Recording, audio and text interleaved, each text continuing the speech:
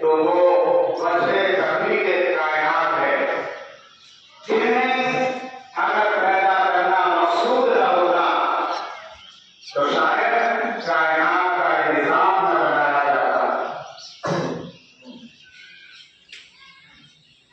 गाँव से फलक पे होते सितारे, गाँव से फलक पे होते सितारे, न मस्जिद के ऊंचे बनारे बनारे, न मस्जिद के ऊंचे बनारे बनारे, न मस्जिद न मंदिर न मेहमान होगा, मोहम्मद न होते तो कुछ भी न होगा सल्लल्लाहु अलैहि वसल्लम।